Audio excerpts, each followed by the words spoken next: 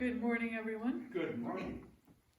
So our message for this morning is going to be focused on, and the title is The Conclusion of Christ's Public Ministry. Okay? So keep this in mind, the title. We're going to be discussing in the context of the conclusion of Christ's public ministry, which means to say how he was talking and revealing to everyone. Okay? So with that, what I'd like us to do is look at John chapter 12. John chapter 12, and we're going to go from verse 44, John chapter 12, verse 44 to verse 50. And then we will look at other passages. But we are going to start off with John chapter 12, verse 44 to verse 50. Then Jesus cried out and said, "He who believes in me believes not in me, but in him who sent me. And he who sees me sees him who sent me. I have come as a light into the world, that whoever believes in me should not abide in darkness. And if anyone hears my words and does not believe, I do not judge him. For I did not come to judge the world, but to save the world. He who rejects me and does not receive my words has that which judges him. The word that I have spoken will judge him in the last day. For I have not spoken on my own authority, but the Father who sent me gave me a command, what I should say and what I should speak. And I know that his command is everlasting life. Therefore, whatever I speak, just as the Father has told me, so I speak." So according to the Apostle John, in his book here, the Gospel of John, according to the Apostle John, these words that we have just read from verses 44 to verse 50 of John chapter 12, according to the Apostle John, these are Jesus' last words of his public ministry. The last words of his in his public ministry, which means to say, whatever he spoke publicly, this is the last message he's giving before he closes his public ministry. There's a huge significance to this, as far as I can see. For this reason, when we read this verse, we must pay very careful attention and look at what Jesus is talking to the public, to the people that he has been ministering to all this time. He is closing this aspect of his ministry to the general population, the general public, and he's going to confine his teachings only to his apostles. And then, before he goes to the cross, the discussion he had with Pilate. So can you see the significance of Jesus saying these words and closing his public ministry? It's huge, which means to say we have to make sure we have understood what he's saying here, because he's no longer be talking to the public this way. Okay? So when we look at verses 44 and verse 45, when we look at these two verses, twice in these two verses, he mentions these words. Him who sent me. He says this in verse 44, he who believes in me, believes not in me, but in him who sent me. Then in verse 45, and he who sees me, sees him who sent me. So what we were just discussing earlier on in our Sabbath studies, here Jesus is talking and saying clearly that and he who sees me sees him who sent me. So what we have to do now is we're going to look at a few passages where Jesus repeats this word over and over again. I'll not cover all of them. We'll just look at a few of them. The first one is John chapter 5, verse 24. he said in 49 also. John chapter 5, verse 20, verse 49, yes. He said it 3 times there. Okay, chapter 5. Yes, who sent me, yes. Okay, John chapter 5, verse 24, verse 30, and verse 37. John chapter 5, go ahead. Most assuredly, I say to you, he who hears my word and believes in him who sent me has everlasting life, and shall not come into judgment, but has passed from death into life. Verse 30. Verse 30, I can of myself do nothing. As I hear, I judge, and my judgment is righteous, because I do not seek my own will, but the will of the Father who sent me. Verse 37. Verse 37, and the Father himself who sent me has testified of me. You have neither heard his voice at any time, nor seen his form. John chapter 6, verses 38 to 40. And like I said, these are only a few passages we are looking at in the connection with him who sent me. For I have come down from heaven, not to do my own will, but the will of him who sent me. Go ahead to verse 40. This is the will of my Father who sent me, that of all he has given me I should lose nothing, but should raise it up in the last day. And this is the will of him who sent me, that everyone who sees the Son and believes in him may have everlasting life, and I will raise him up at the last day. And then in John chapter 3, verses 17 and 18. John chapter 3, verses 17 and 18. For God did not send his Son into the world to condemn the world, but that the world through him might be saved. He who believes in him is not condemned, but he who does not believe is condemned already, because he has not believed in the name of the only begotten Son of God. So here we see very clearly that the reason God sent him, or Jesus, to this earth, and Jesus kept stating, him who sent me, was to do what? Jesus came to this earth. Jesus came to reveal the agape love character of the Father. Okay? And we're just going to look at a discussion that he had with Thomas and Philip. And we're going to John chapter 14. John chapter 14, in the context of getting this revelation of the Father. John chapter 14, verses 5 to 11. Thomas said to him, Lord, we do not know where you are going, and how can we know the way? Jesus said to him, I am the way, the truth, and the life.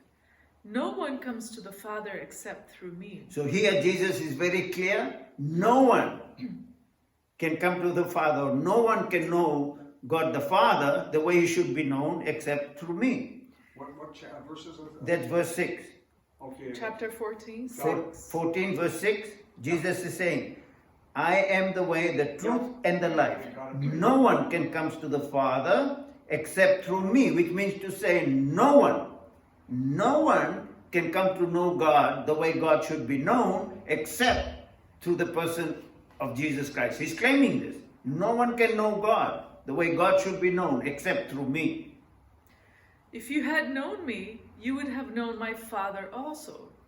And from now on, you know him and have seen him. So here, he's insinuating, if you had known me, you would have known my Father also. Which means to say what? They did not know the Father's character the way it should be known. So that's what Jesus is saying. If you had known me, you would have known my Father also.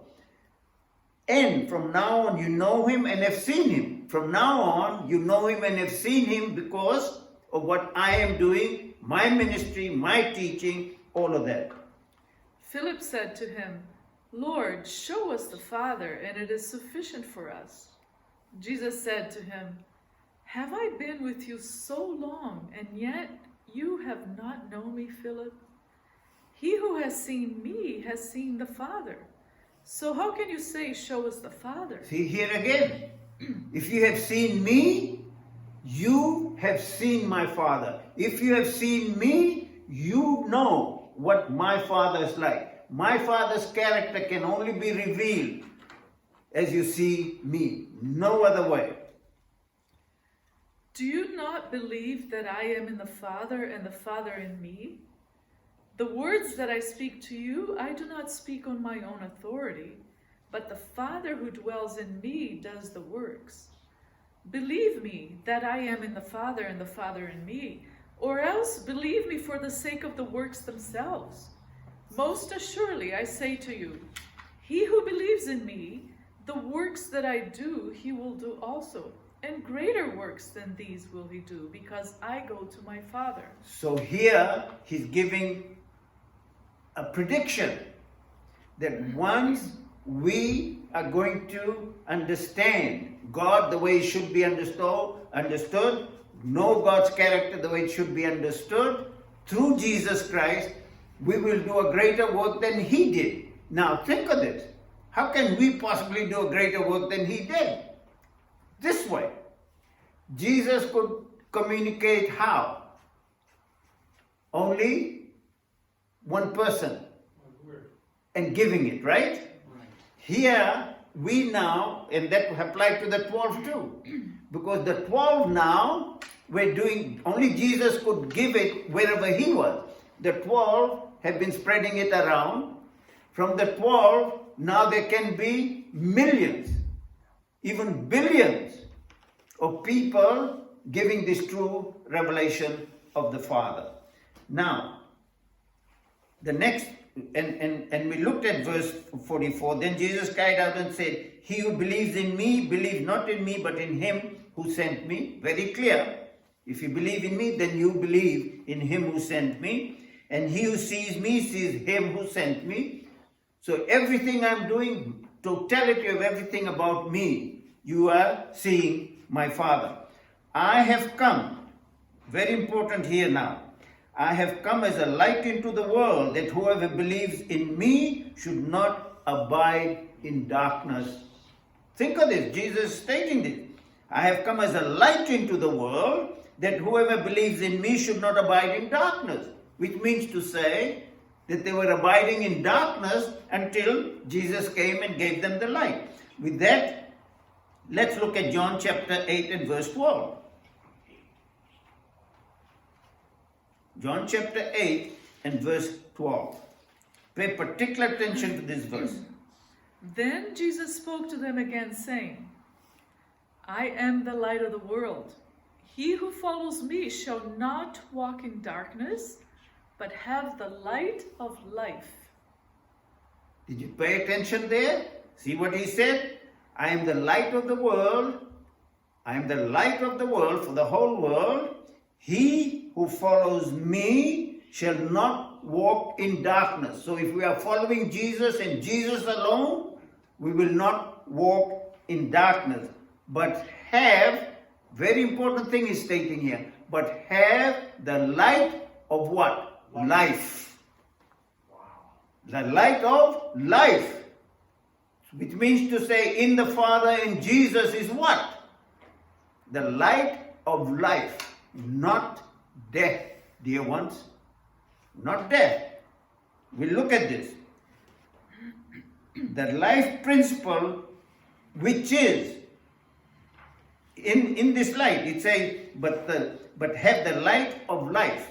So the life principle that is in this light, in Jesus Christ, in the Father, is antithetical to the principle of death. Both cannot be in God, otherwise it's a divided kingdom, dear ones. Cannot. Life and life alone, and that is the life of light of life. Okay. For that we look at Psalm 36:9. Psalm 36:9. Psalm 36:9. Okay. For with you is the fountain of life. In your light we see light. See, so what psalmist has stated, in God is what? The fountain of life. Not death. In God is the fountain of life. Now, we're looking at John chapter 12. John chapter 12 and verses 35 and 36.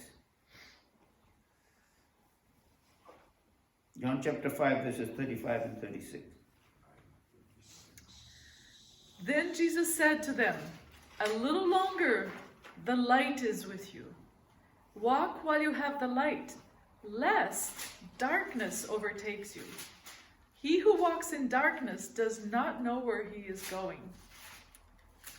So you see what clearly was stated in verses 35 and 36?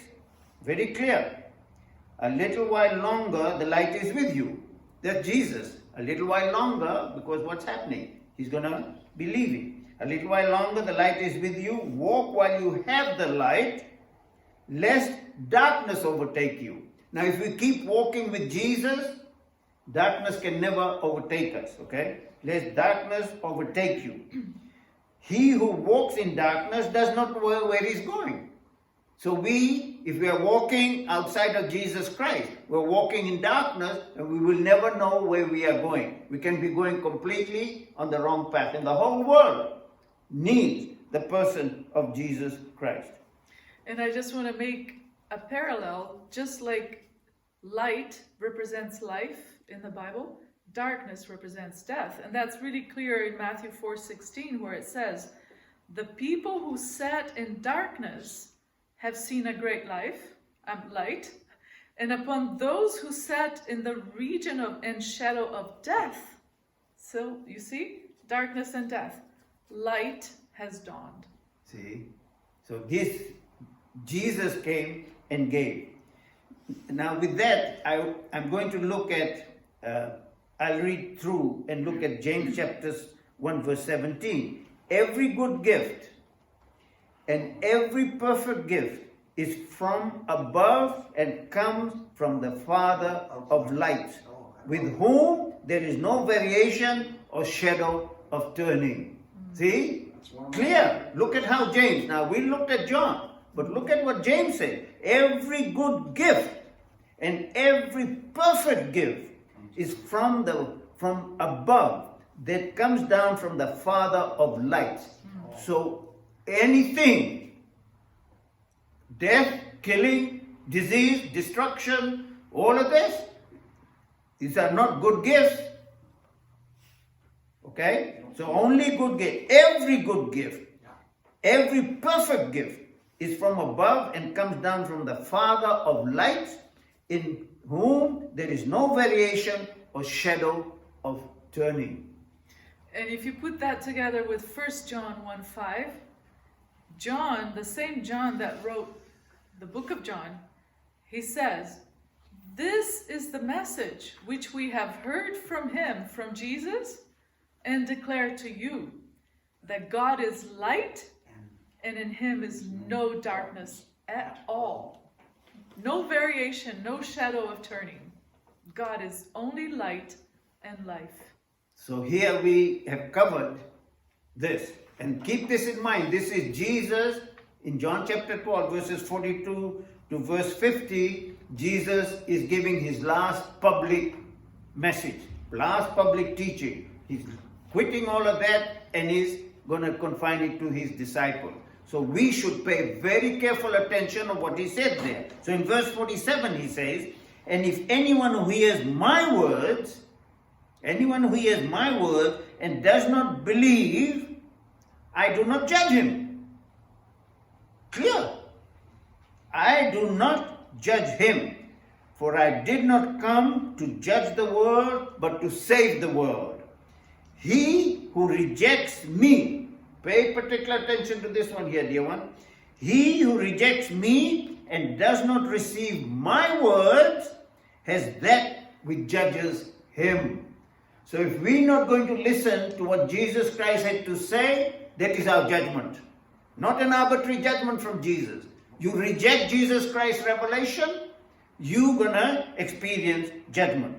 The word that I have spoken will judge you in the last days.